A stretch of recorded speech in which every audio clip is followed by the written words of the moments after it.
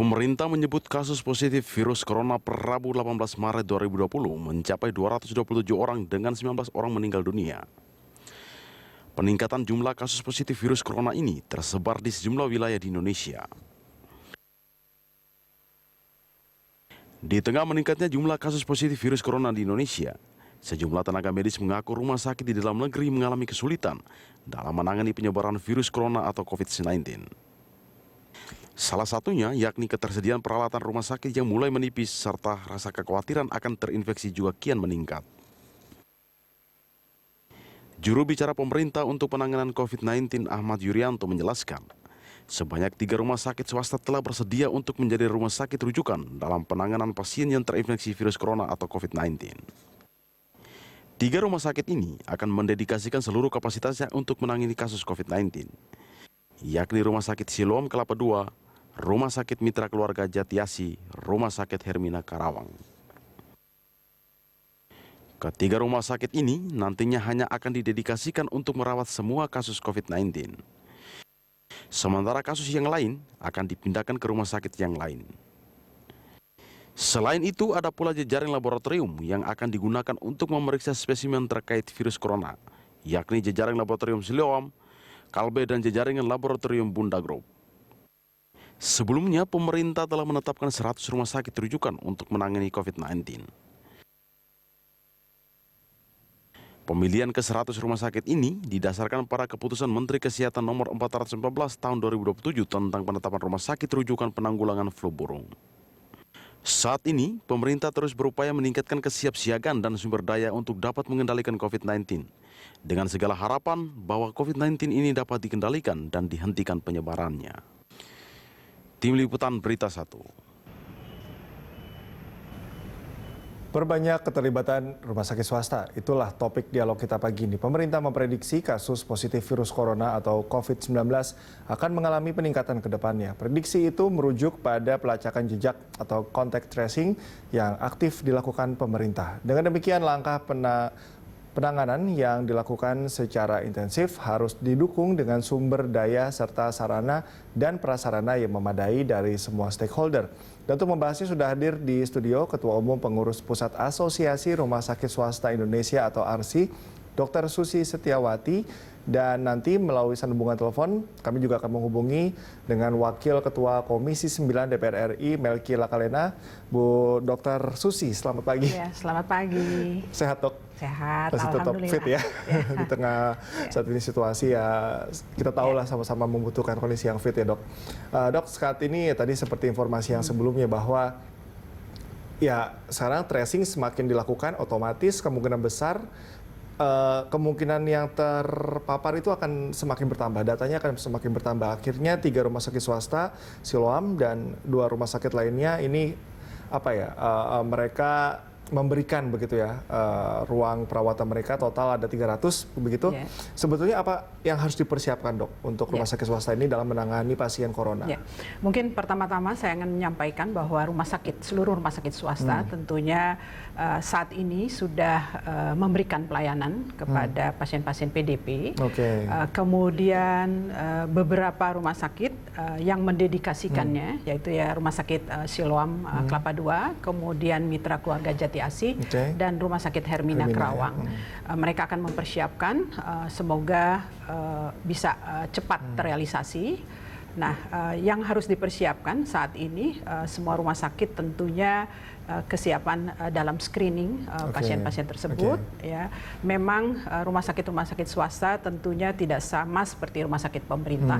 Jumlah ruangan isolasi dan ruangan perawatan untuk isolationnya itu terbatas. Ya, saat ini semua saya rasa sudah menyiapkan di semua rumah sakit swasta. Nah, kalau sudah melayani atau menangani pasien corona di seluruh rumah sakit swasta, ada hasil evaluasi nggak, Dok, saat ini? Apa yang perlu dicermati? Saat ini tentunya kalau PDP itu berhubungan dengan satgas di masing-masing daerah, kemudian dirujuk ke rumah sakit yang sudah ditunjuk, rumah sakit pemerintah yang ditunjuk, dan ada juga yang masih menunggu pemeriksaan swab dari Litbangkes di masing-masing daerah. Nah, ini prosedurnya seperti apa? Ketika pasien ini akan ditangani atau dirujuk ke rumah sakit yang sudah menjadi rujukan. Ini prosedurnya seperti apa, Dok? Prosedurnya tentunya seperti tata laksana yang sudah dikeluarkan oleh Kementerian Kesehatan. Ya, jadi ada panduannya dan rumah sakit melaksanakan itu. Ya, kemudian sambil menunggu pemeriksaan tentunya petugas kesehatan kami ya harus menggunakan APD yang lengkap. Ya. Dan tata laksana yang sudah dilakukan sesuai dengan peraturan yang sudah dikeluarkan oleh Kementerian Kesehatan. Oke, ini kan sudah ditunjuk oleh atau sudah disampaikan langsung oleh pusat ya, oleh pemerintah 3 rumah sakit ini. Artinya mereka apakah sudah bisa menangani penuh atau dalam kasus tertentu mereka akan dirujuk juga begitu ke rumah sakit lain? Mudah-mudahan 3 rumah sakit ini sedang mempersiapkan, ya, jadi sehingga bisa merawat di rumah sakit yang tadi ada 3 rumah sakit. Ya, kami juga sudah menyampaikan kepada Pak Dirjen kemarin untuk dapat dibantu dalam persiapan ini sehingga rumah sakit siap layaknya bisa menjadi rumah sakit rujukan. Selain, nah ini saya nggak tahu, 300 itu maksudnya adalah ruangan atau tempat tidur? Tempat tidur. Tempat tidur. Nah, Iya. ini bagaimana? Tiga rumah sakit. Oke, ini artinya nanti teknisnya akan seperti apa? Mereka dikumpulkan atau seperti apa sebetulnya? Karena kan ada yang bilang katanya kemarin kalau kita dengar ada beberapa statement ya dari orang yang mengaku dia pasien corona begitu, bahwa mereka seperti dikumpulkan dalam satu ruangan begitu seperti UGD, tadi merasa seperti kok saya jangan-jangan yang nggak kena jadi kena gitu kan. Nah itu bagaimana sebetulnya untuk menjawab itu gitu, tata Dok? laksana yang sudah dikeluarkan buku pedoman dari Kementerian Kesehatan itu bagaimana penanganan dari COVID-19 ini. Ya. Kemudian seperti PDP itu ada ringan, ada sedang, ada berat. Ya.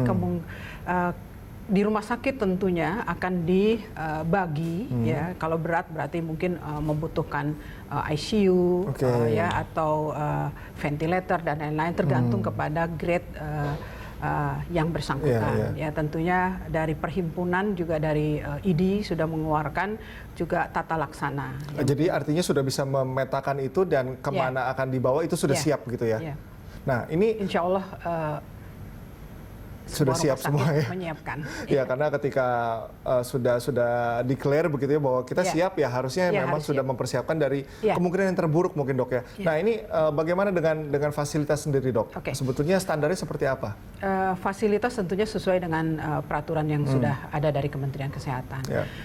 Justru mungkin di kesempatan ini kami ingin menyampaikan bahwa APD, APD ini sekarang rumah sakit mungkin tidak hanya rumah sakit swasta, tetapi rumah sakit pemerintah juga kesulitan. Mungkin kami mohon dukungan dari pemerintah ketersediaan APD ini mungkin terjamin lah, karena terutama rumah sakit frontliner ini garda depan ya, bagi petugas kesehatan juga harus terproteksi agar mereka juga aman dari COVID-19 ini. Jadi artinya ini yang perlu diperhatikan semacam apa? Seperti perlengkapan pendukung begitu, Dok?